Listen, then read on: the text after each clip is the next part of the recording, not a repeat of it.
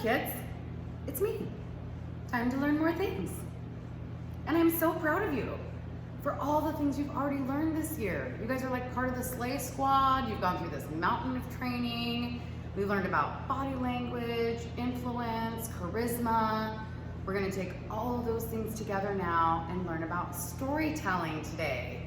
And I really, really love talking about storytelling because it is the hack to connecting with somebody right away. And that is what I'm all about. That is what we are all about. Connection. That's what sets us apart, is we actually care about our people. We want to connect with them on some kind of level and really offer them something we know that they're going to enjoy. And on top of that, entice them to stick around with us by telling them really fun, captivating stories. Real stories. So along with this is that real, not perfect brand pillar that we have. So before we get into this, let us take a moment and read from our brand Bible about how important it is to be real and not perfect, because that's what connects us with people. Evoke seeks to create the kind of connections that happen in spontaneous, real life moments.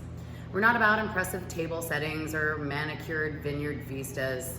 We're about drinking wine out of jelly jars in our neighbor's kitchen on a Tuesday night, sharing all the small updates and big reveals that bring us closer together. Bring us closer together, connect, yes. We'll do a little activity right away to kind of wake you up and get you moving around. We'll talk about some brain science, and then I'll give you the formula for a really good story. And we'll take all those stories that you turned in. Thank you for doing your homework. I get a lot of dopamine when I get emails and feedback from you guys, so keep it coming. I love it. So before we get into our story formula and our brain science, I want you to get up off your booty and do an activity. Connect with the person next to you, go grab a friend, grab your mom, whatever it is, we're gonna do a little mirroring activity. So in the beginning of the year, we did mirroring where we were mirroring each other's body language. So we would do big movements and you would mirror the person in front of you. And then we took those mirroring skills and made them a little more subtle so we could use them in conversation. Because that's a really easy way to connect with someone when they feel like you are doing the same hand gestures as they are, or you're using the same tone that they're using. People really connect with that right away. So we're gonna take it a step further, and instead of mirroring with our body language, we're gonna mirror with our words. It's called parroting. Kind of a cool thing for a captain always needs a parrot, right? So I have a really cute parrot here with me that's gonna help me demonstrate how this activity is gonna go. I'm hanging out with Grace. She's gonna be my parrot today. Let's see if we can get her on my shoulder. Caw-caw! And we're going to demonstrate for you what the parroting mirroring activity is like. So I'm gonna tell Grace a story about when my sisters came to visit, and she's going to be my parrot. Caw-caw! So the key with parroting is that you don't want to repeat everything the person is saying back to them. That's rude and weird. Just small things, and we'll demonstrate for you. So, hey Grace. Hi Shelly. How's it going? Doing really well. How's your day going? It's going really great. Good. I love your body language. Your torso is open to me. Your beak looks fantastic. This is great. I cleaned it today. So my sisters were just in town, and we visited this really cool place called Evoke Winery. God, I in love Evoke Seaside. Winery. Right? It's a great place. It really is a great place. Natalie was there. It was super great. So we didn't get to celebrate my sister's birthday, and my little sister and I are both October babies. So we thought, let's have a big party. Oh, I love parties. Party, party. So we got there, and they had put a happy birthday banner up for us. We had 2 different cakes because my sister can't have like gluten. She's Yep. I'm a thin. glutard too. Absolutely. Represent. Look at that common ground we just found already. So we're eating cake, we're drinking wine, we're having a really great time. And it was really slow in the tasting room, and the girls were like, oh man, I wish there was a roller skating rink. Oh. And we just so happen to have, everybody has their own pair of roller skates in Seaside. I love that about them. I love that about them too. one of the pairs is mine.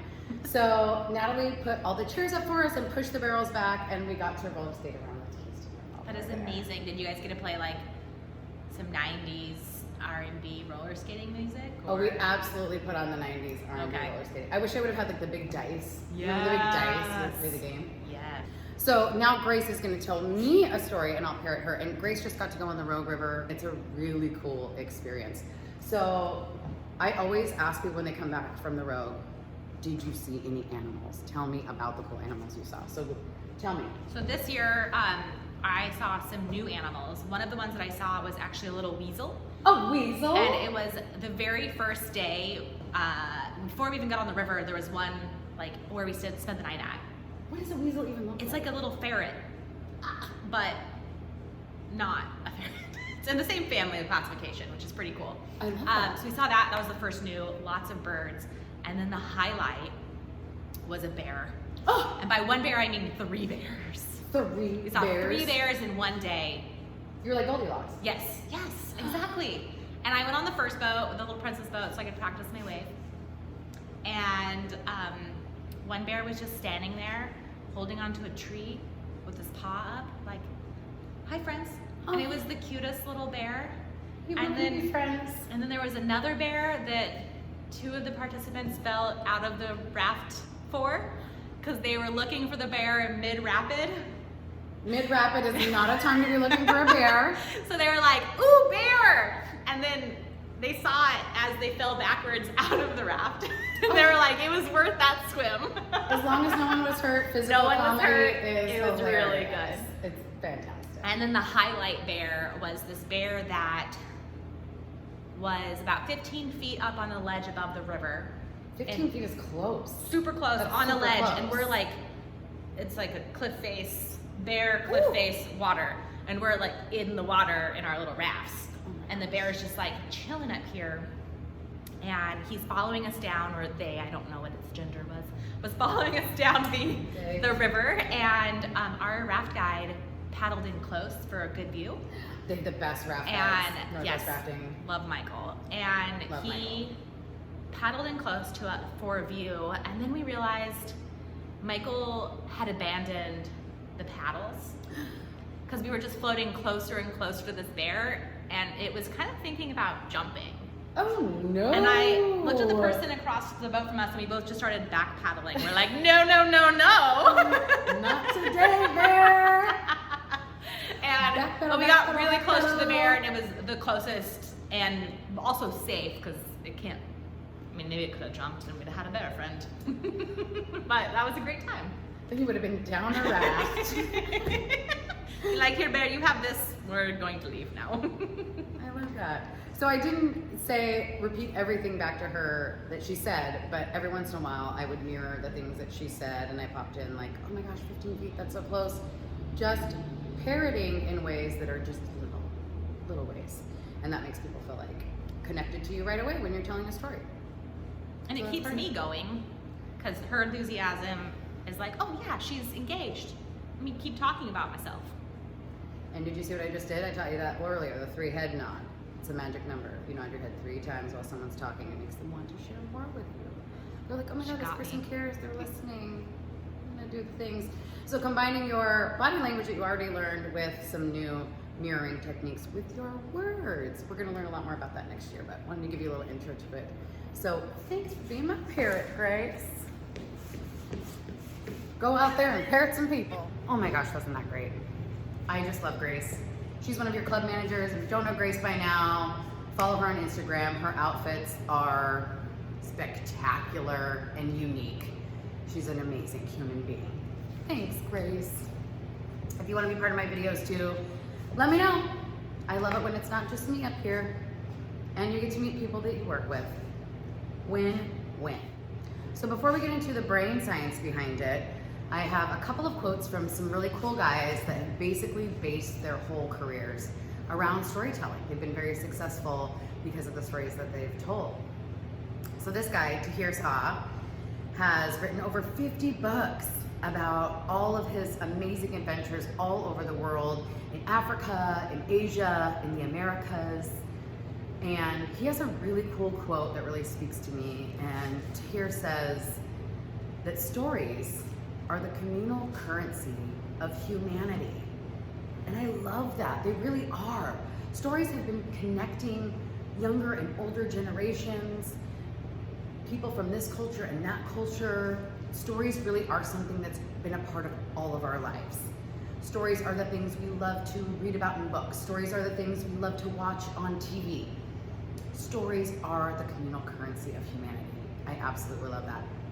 Ty Warner is another crazy dude. He's the Beanie Baby guy. And it's really interesting that he was so successful selling little stuffed animals simply because he gave each one of them a story. People really wanted Larry the Lobster from Maine, who was born on October 15th, or whatever it was. It's the stories that really connect us. I remember as a kid having a doll that had a birth certificate, but it made me feel more connected to that thing because it had a story. And that was Ty Warner's quote. He said, "We feel more connected to someone or something when we hear their story." So if you haven't heard me talk about Vanessa Van Edwards yet, I love her so much. Her book Captivate is basically my Bible. She is like a badass behavioral scientist, and she does amazing people experiments. I love to see what's going on with her. Her YouTube videos are featured in a lot of my classes. She's super awesome. And she talks a lot about neurotransmitters. So what are the three magical neurotransmitters? They are dopamine, oxytocin, and serotonin. Guess what telling a story does? It activates all three of these neurotransmitters. So serotonin is a neurotransmitter that makes us feel like we belong. And stories give us a chance to say, me too. We talked about that in one of my last classes, having those happy me too moments. Oh my gosh, you love that? Me too. You're super into gardening? Me too. Let's see pictures of your plants. Did we just become best friends? Common ground and me too's. That's what stories does, and that's what gets our serotonin flowing. Dopamine. So stories create conversation sparks that give us pleasure. So dopamine is always that pleasure thing. And so does really good wines. We've got like a dangerous cocktail of things going on there. And then oxytocin is my favorite. I'm your captain of connection. Guess what? Oxytocin is the neurotransmitter for connection. I love that. So stories help bond the storyteller to the listener, and that's what gives us that. So when you have all three of these things, Vanessa calls it the perfect DOS cocktail. And if we can get people's brains lighting up this way, they're gonna have the best experience possible, and they're gonna want more. They're gonna wanna come back and feel those things again. We help light up people's brains. In Vanessa's book, Captivate, my Bible, she also talks about the effect of storytelling on our brains, because we love brain science. Love it. She starts off by talking about that feeling that you have when someone's telling a really good story. So think about like a TED-style talk, or a comedy show, or a concert, places where it just feels like there's magic in the air. Well, guess what? It's not magic, it's neurology. So researchers Greg Stevens, Lauren Silbert, and Uri Hansen wanted to know what happens in our brains when we listen to stories. What's going on in there? They put participants in MRI machines and recorded their brain activity. They took two people, one person sharing the story and one person listening to the story. And what they saw was really striking. The two brains began to sync up in the imaging. As the speaker told the story, the listener's brain patterns began to match. We can get people's brain patterns to match our brain patterns. Love that. Spanish researchers even found that reading words like perfume or coffee lights up our primary olfactory cortex, where we process smell. If you hear a story about a creamy creme brulee, your brain pictures the creme brulee, imagines the taste, and conjures up the sweet smell and smooth feeling on your tongue. Even though you do not have the creme brulee in front of you, your brain is responding as if it does. Imaging a sensory experience activates the same part of your brain as the real experience would. And when someone tells you a story, your brain acts as if you were present in that story. Researchers call this neural coupling, or guess what else you could call it? Connection. So let's talk about my story. We'll workshop it, and then y'all can workshop your stories together. And you can send me the final ones if you really want to, because I love that. So I love to connect with people about nature. Super easy. We've done like Ribs and Rosé, kayaking events. The Rogue River rafting trip is a big one.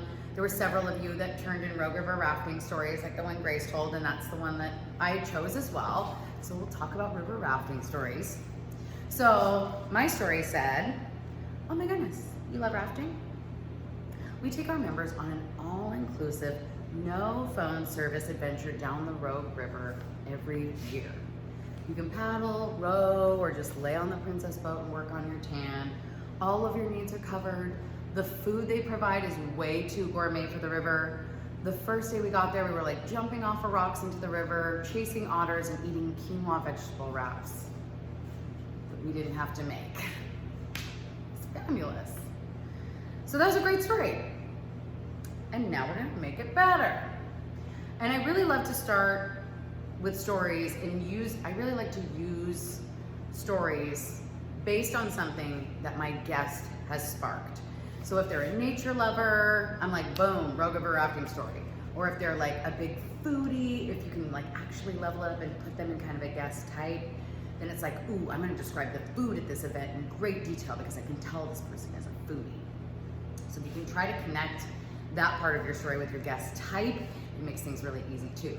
So, oh, I heard you say you love this. Let me tell you about this other thing you're gonna love.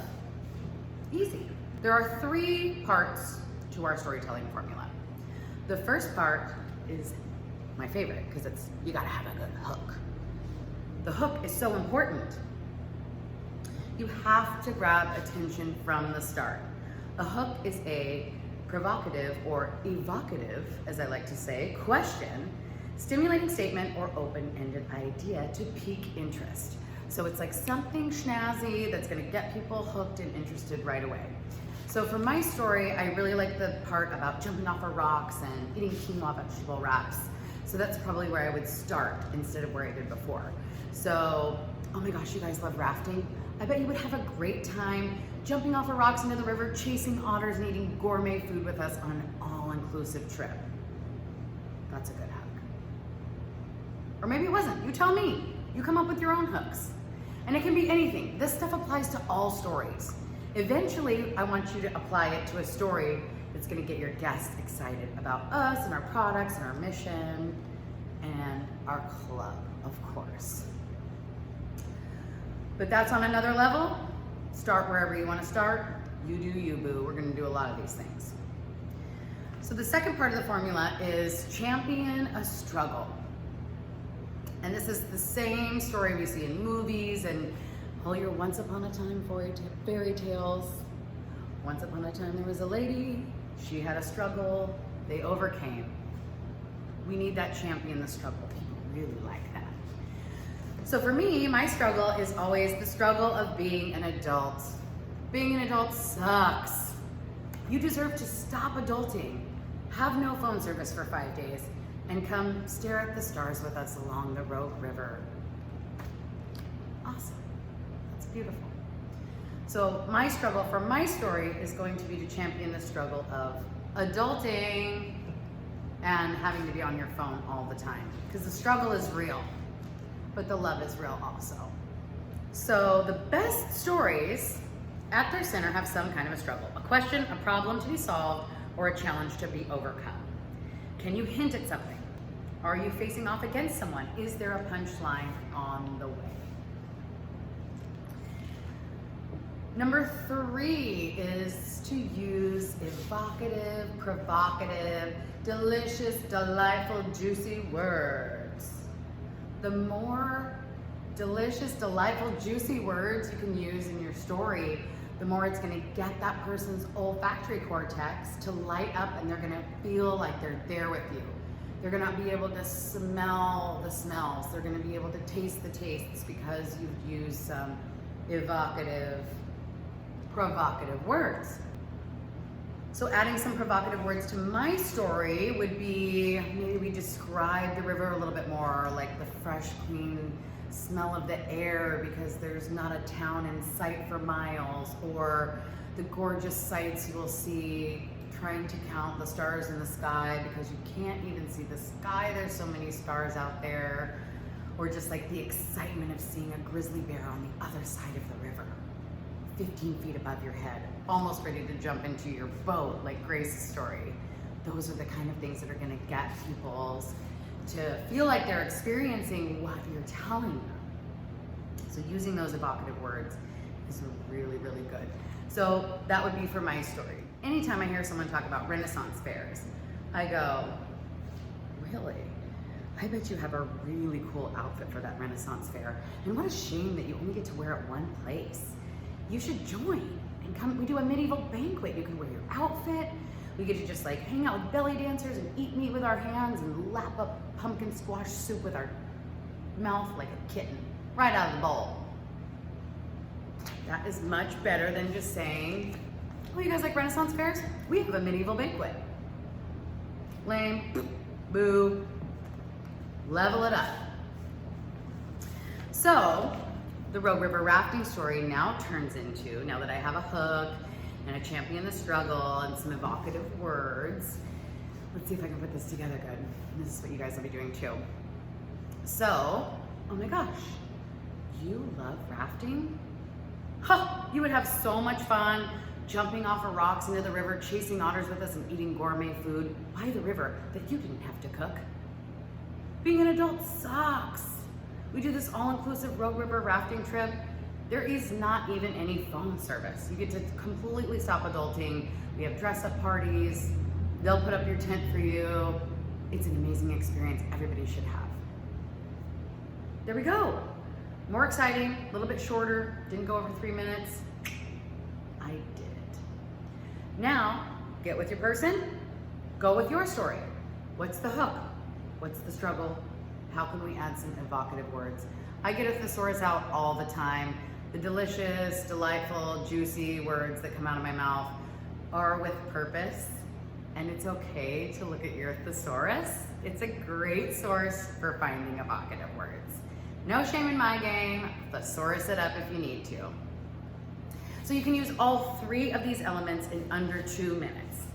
Like I said before, we don't want to go over 3 minutes, then you become a conversation hog, and nobody likes that. That's when we start like glazing over and we stop listening to your story. And you'll actually go out and watch. It's really interesting when you watch people telling stories to other people and they're not aware that you're watching, and you can see the other person's reaction to what they're saying. It's really interesting. I freaking love people experimenting. In summary, stories are your shortcut to connection. Stories light up and sync our brains. Stories spark attention and align the listener's brain with that of the storyteller. Not all stories are created equal. You should have a hook, a struggle to champion, and vivid, juicy, evocative words. Evocative words. That's really important for that part of it. And guess what? There's another place where there's a story for you to tell. It's on the wine label. So you've got a story right there. A dominatrix story, a penetration story, a climax story with a connection question. Holy crap. So utilize those things too until you have your own stories to tell. And don't forget that you can use that third party experience as well when you're talking to people. You can say, oh my gosh, I just watched a video and Shelly told me about this Rogue River rafting trip we take every year. They were like jumping off of rocks, ignoring their phones, eating quinoa and vegetable wraps by the river. It sounded like a blast. I so want to go. You guys should join so that you can come with. Third party experience is totally fine as well. Thank you so much for watching. Thank you for pressing play. If you missed out on any videos, you can go like and subscribe to our Evoke Winery YouTube channel. I know you love my videos, be my subscriber. Until next time, be good to each other and go out there and do some experiments with people. And now is the part of the video where I get to show you all the sources of all the people that agree with what I'm saying, so you don't think that I'm just like talking out of my armpit.